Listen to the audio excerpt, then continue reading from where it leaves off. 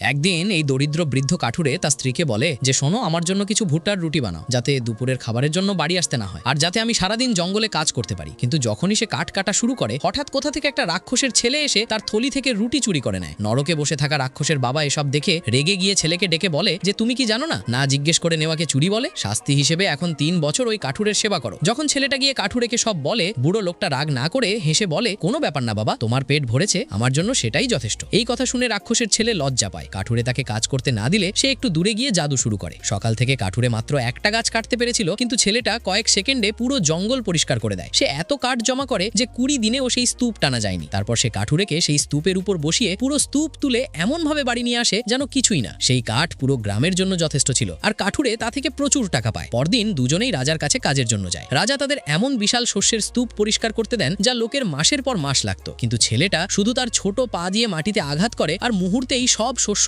আলাদা আলাদা স্তূপে সাজানো হয়ে যায়। রাজা খুব খুশি হয়ে বললেন, বলো পুরস্কারে কি চাও? ছেলেটি বলে, পুরস্কারে আমরা 1 বস্তা গম চাই। রাজা হেসে বললেন, ঠিক আছে, যত ইচ্ছে নিয়ে যাও, কেউ তোমাকে বাধা দেবে না। এই কথা শুনে ছেলেটি বাড়ি গিয়ে পুরনো পর্দা, চাদর আর বিছানার কাপড় নিয়ে 1 সপ্তাহ ধরে সেলাই করতে থাকে, যতক্ষণ না একটি বিশাল বস্তা তৈরি হয়। যখন সে বস্তাটি নিয়ে প্রাসাদে পৌঁছালো, মন্ত্রী তার আকার দেখে অবাক হয়ে যায়। বন্ধুরা, নেক্সট পার্টের জন্য লাইক, সাবস্ক্রাইব করে রাখুন।